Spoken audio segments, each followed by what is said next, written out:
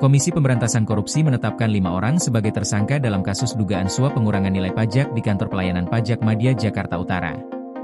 Kelima tersangka tersebut langsung ditahan setelah KPK melakukan operasi tangkap tangan terkait perkara ini.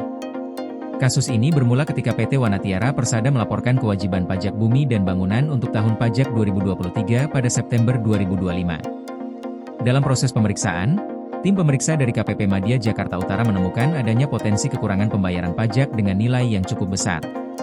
Pelaksana tugas Deputi Penindakan dan Eksekusi KPK, Asep Guntur Rahayu, menyampaikan bahwa hasil pemeriksaan awal menunjukkan potensi kurang bayar pajak sekitar 75 miliar rupiah. Temuan tersebut kemudian menjadi dasar untuk dilakukan pemeriksaan lanjutan, termasuk proses sanggahan dari pihak perusahaan. Dalam operasi tangkap tangan yang dilakukan KPK, 8 orang sempat diamankan. Namun setelah dilakukan pendalaman, KPK menetapkan 5 orang sebagai tersangka. 3 diantaranya merupakan penerima suap, yakni Kepala KPP Madya Jakarta Utara Dwi Budi Iswahyu, Kepala Seksi Pengawas dan Konsultasi Agus Syaifuddin, serta Asko Bahtiar yang merupakan anggota tim penilai di KPP Madya Jakarta Utara. Sementara 2 tersangka lainnya merupakan pihak pemberi suap, yakni Abdul Kadim Sahbudin selaku konsultan pajak dan Edi Yulianto sebagai staf perusahaan. Para tersangka diduga menerima suap terkait pengurangan nilai pajak dengan total fee sebesar 4 miliar rupiah. Dalam proses sanggahan, tersangka Agus Syaifuddin meminta agar pihak perusahaan hanya membayar 23 miliar rupiah secara keseluruhan, yang terdiri dari 15 miliar rupiah untuk kekurangan pajak dan 8 miliar rupiah sebagai fee. Namun pihak perusahaan mengajukan penawaran dan hanya menyanggupi pembayaran fee sebesar 4 miliar rupiah. KPK menduga dalam perkara ini telah terjadi kebocoran penerimaan negara yang sangat besar. Dari potensi kekurangan pajak 75 miliar rupiah, nilai yang akhirnya dibayarkan hanya sekitar 15,7 miliar rupiah. Artinya, terdapat selisih sekitar 60 miliar rupiah atau setara dengan 80% potensi pajak yang diduga hilang akibat praktik suap tersebut.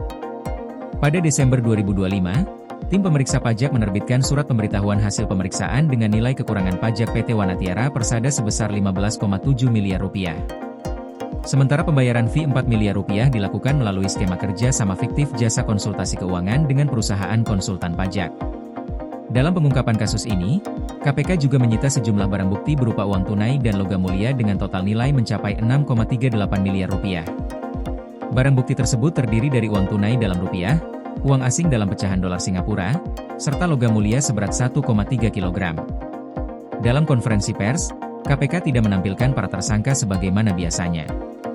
KPK menjelaskan bahwa hal tersebut dilakukan sebagai bentuk penerapan Kitab Undang-Undang Hukum Acara Pidana yang baru, yang menekankan asas praduga tak bersalah dan perlindungan hak asasi manusia. Sementara itu, Direktorat Jenderal Pajak Kementerian Keuangan telah memberhentikan sementara 3 pegawai yang ditetapkan sebagai tersangka. DJP menegaskan akan memberikan sanksi maksimal jika para pegawai tersebut terbukti bersalah, serta memastikan pelayanan perpajakan kepada masyarakat tetap berjalan sambil terus melakukan pembenahan internal.